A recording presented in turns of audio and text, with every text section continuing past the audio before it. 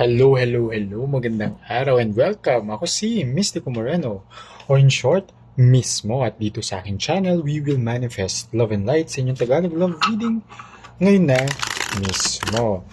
Okay, so siguro napansin nyo na ibang setup ko ngayon dahil currently I'm in Davao, pero may oras naman para maisingit itong love reading, and so here it is. At itong love reading na to ay para sa lahat ng earth signs: Taurus, um, Virgo, and Capricorn. Ayan. And this is a third party energy love reading. So, remind ko lang na ang third party energy ay hindi laging romantic. So, anything or anyone na nakaka-apekto or outside energy na nakaka-apekto sa connection mo and sa person mo is a third party energy. So, pwedeng kaibigan, kamag-anak, kaklase, katrabaho, pwedeng trabaho mismo, schoolwork, priorities, health. So, let's see. Check natin mamaya when we do the reading. Okay? And share ko lang na this is a new deck. Ayan. So, for this third-party energy, first time kong gagamitin ito sa YouTube channel ko. Kaya excited rin ako na gawin itong love reading. So, yes, thank you sa lahat ng earth signs na patuloy na sumusuporta sa Mystico Moreno channel. Sobrang appreciated po. Sana patuloy niyo pong supportahan by liking this video and commenting below, lalo na kung nag-resonate yung reading after nyo panoorin hanggang dulo. Sa mga bago, sana supportahan nyo rin po by subscribing para updated din kayo sa mga ipopost ko pang love readings at para mag-grow pa lalo ang aking channel at makagawa pa ako ng maraming love readings para sa inyo. Okay, so ang gagawin ko ay bubunot ako ng isang pair for the recent past, present, and near future using these two decks. And as I always remind everyone, this is a collective and general love reading, so it may or may not resonate with all of you. Huwag pilitin kapag hindi nag-resonate. Take whatever resonates, leave the rest behind. Kapag hindi talaga, abangan nyo na lang yung mga susunod ko pang love reading. Or panoorin nyo yung mga past videos, baka isa doon ay mag-resonate. Best na mag-book kayo ng personal and private love reading dahil mas naka-align yun sa energy ninyo. Okay? Nasa description box lang naman yung email address ko. Alright, let's begin. Ayan. Okay. So, I'll get a 7th card dahil July pa rin naman ngayon. So, recent past, Queen of Cups. Alright. And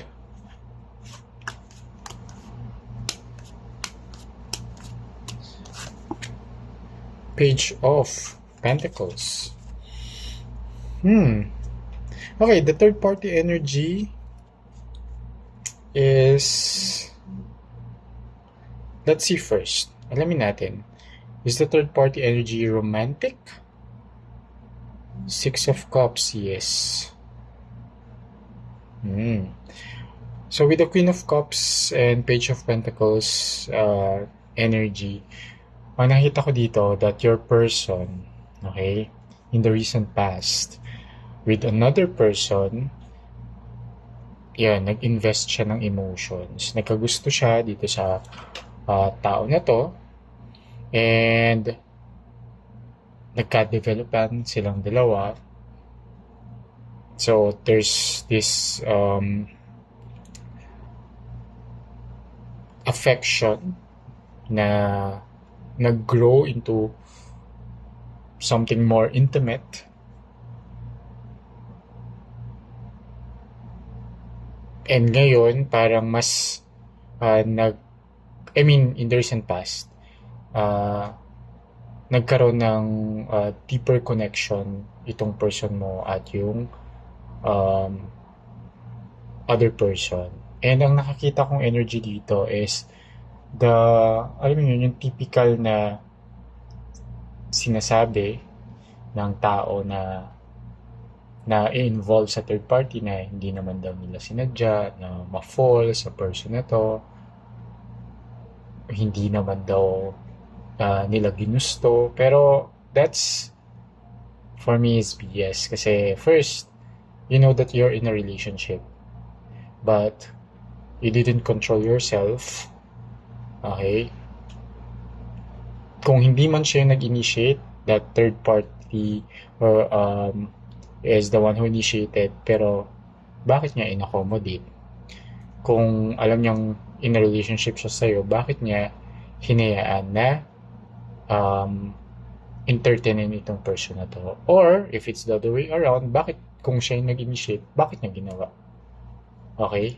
Tapos, makakarinig ka ng mga excuses na hindi naman niya ginusto, hindi naman niya sinasadya, hindi naman niya inakala na mafo-fall siya or magkakaroon siya ng feelings sa person na to. Pero, di ba, bakit mo sinimulan in the first place when you know that you're in a relationship with someone? Okay? And do you think that if the situation is reversed, tatanggapin niya yung ganong explanation? Diba? For sure, hindi rin. Okay, that's the energy I'm getting from the recent past. And of course, it affected the relationship. Especially, it's a romantic relationship. And na-feel mo in the recent past, then after finding out about this, tas yun pa yung naging excuse, is parang saan ka nagkulang? Okay, saan ka nagkamali? Hindi mo ba binigay yung pagmamahal na hinahanap nitong person na to? Okay? Only you can answer that. But what I can see here is, with the same cards, applying it to you, I can see na binigay mo naman dito sa person na to yung love na kaya mong ibigay. Okay? Kung hindi niya yung nakita, hindi mo siya fault. Okay? Kasi what I can see here with this energy, binigay mo, yung Queen of Cups energy, it's a very nurturing love. Okay? Binigay mo siya dahil mahal mo siya at dahil willing kang mag-invest sa relationship na yun. Again, if that's the energy na i-apply sa'yo. But at the same time, yun nga, nagkaroon ng third-party situation with someone else, and your person nga hindi nga nakita yung pagmamahal na yon at yung pag-invest sa relationship, hinanap niya sa iba. Okay? And yeah, it's sad, but let's see how this recent past energy or energies affected the present moment.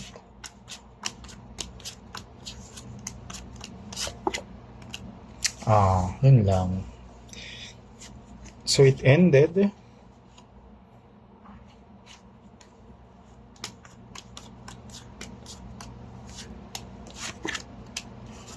Okay.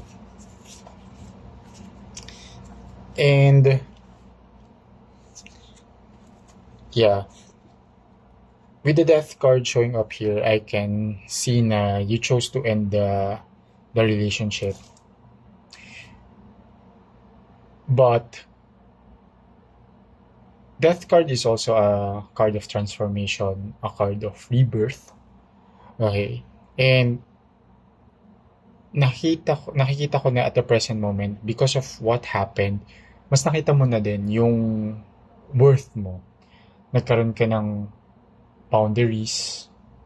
Okay? At mas naging firm ka sa boundaries mo, na dati naman meron pero hindi, hinayaan mo lang siya na mabypass. hinayaan mo lang na hindi respetuhin yung mga boundaries mo. Pero now, lesson learned, you are transforming into a better person or a new version of yourself na mas may boundaries, mas alam yung worth, at mas alam kung ano yung hinahanap sa isang relasyon. Okay? And with the Seven of Pentacles, which is a card of growth, slow siya, hindi siya yung drastic that's the Seven of Pentacles kasi na hindi siya yung drastic na growth na parang, oy, may nangyari, bago na ako, change na ako, ito na ako, this is the new me. The following day, hindi ganon. Parang, you, day by day, after what happened, every day, yan, nag-heal ka, and every day nagtatransform ka to a better person. Every day, mas nakikilala mo yung sarili mo, na-accept mo na yung mga what happened in the past, and nag-move forward ka na. Okay? And finding also the relationship na pasok din dun sa criteria mo na. So, nagkaroon ka na ng panibagong criteria, nagkaroon ka na ng mga non-negotiables, ayan. And, ayun, hindi mo hinayaan na yung whatever happened in the past affect you at the present moment. Well, it affected you, pero hindi mo siya hinahayaan na maging hindrance sa growth mo as an individual, as someone who's looking for the right love and perfect partner for you. Okay? So, yeah, and let's see how these energies will affect the near future. Okay?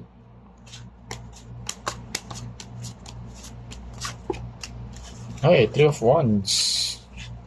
Alright, there's a new romance coming in.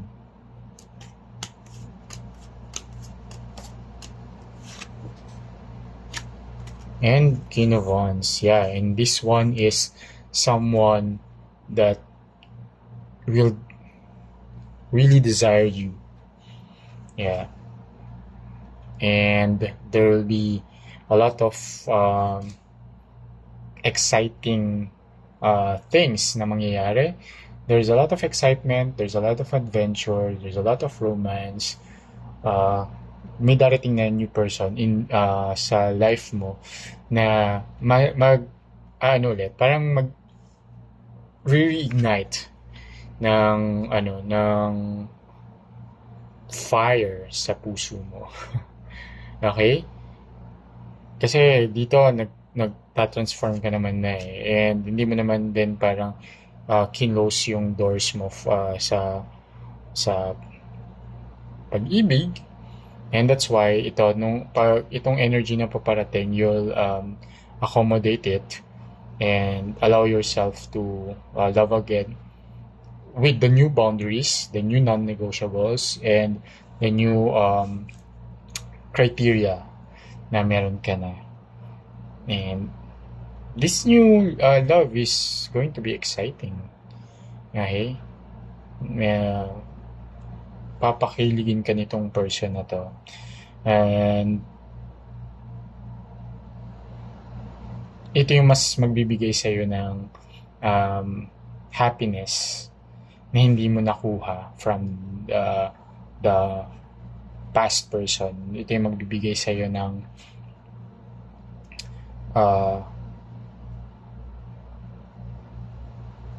love na mas honest, mas loyal, mas sincere.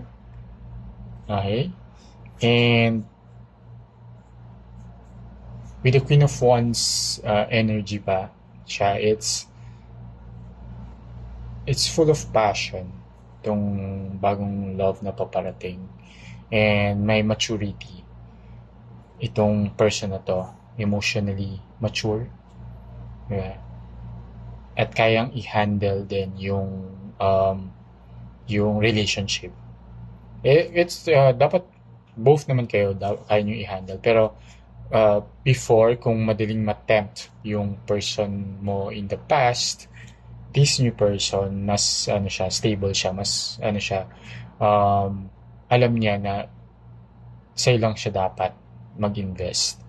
And whatever temptation na dumating din sa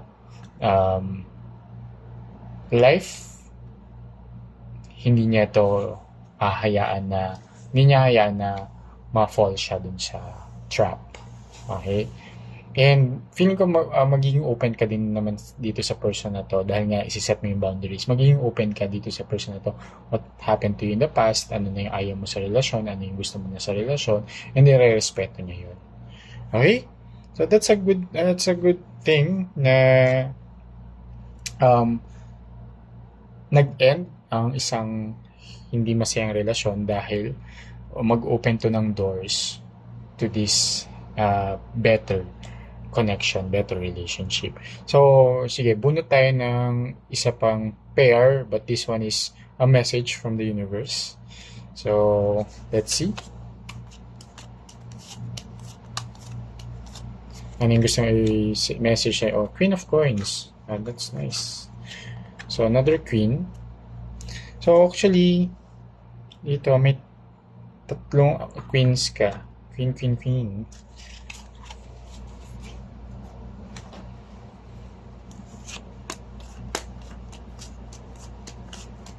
And paired with Seven of Wands.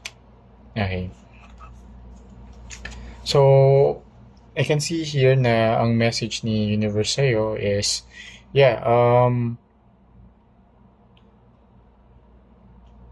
itong new person na darating is someone that will be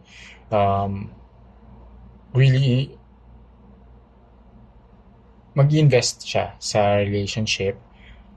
And magkakaroon ng deeper connection, mas stable itong person na to, emotionally, mentally, even physically, okay, or financially. Itong person na to is quite stable. And dito, yun nga, dahil dun sa new boundaries mo, yung ma-overcome mo na yung dating challenges mo sa relationship na hinahayaan mo sila na ang tawag doon, hinayaan mo kasi in the past, diba, yung person mo na nalokohin ka, okay, and palabasin pa na ikaw yung may mali, diba, ginaslight ka. Pero here with the new person, and I think a message din from the universe na nag-set ka ng boundaries mo, be firm, okay, and doon mo ma-overcome din yung mga challenges na kakarapin. Kasi once na nagrespetohan kayo ng person mo, ikaw sa yung person mo, syempre yung person mo may boundaries din, and ikaw na gusto mong respetuhin yung boundaries mo, alam mo rin na dapat respetuhin mo rin yung boundaries ng person mo. And mas magiging mas magkakaroon din ng maayos na or deeper connection kayong dalawa dahil pag-uusapan ninyo whatever conflict na paparating, i-resolve nyo siya. Okay? Umpisa pa lang. And kung wari, gusto mo din kasi ng honesty sa relationship. So, kung mas ma-appreciate mo pa nga na, for example, sabihin ng person mo na, uy, may napaparamdam, ganyan. Alam ko na hindi mo to gusto, and I would like to assure you na wala to. Okay? So, yung nasa ganung level na siya, na yung honesty, very open kayo sa communication. Okay? And ngayon mas resilient ka rin na rin talaga. Kung may mga challenges man, kayang-kaya mo na itong i-handle, and alam mo na rin kung paano ina-navigate yung mga sitwasyon sa relationship. So yun, and yeah, this person is really really mature. Okay, na hindi niya naiisip din na ulitin yung pagkakamali na ginawa ng person mo in the past. Okay, so yan, sana nakatulong itong reading na to. Use my readings with discernment. Okay, always. Hawak natin ang ating kapalaran, nasa kamay natin. Ang mangyayari sa, posibleng mangyayari sa hinaharap. Okay? Depende yun sa mga desisyon na gagawin natin. And, ayan, this is just an insight and guidance para sa inyo. Okay, we always have free will. Okay, what we have and need to do. Okay? So, yun. Kita-kits na lang muli sa susunod ko pang love reading. Ako si Mystico Moreno, or in short, Miss Mo. Ingat!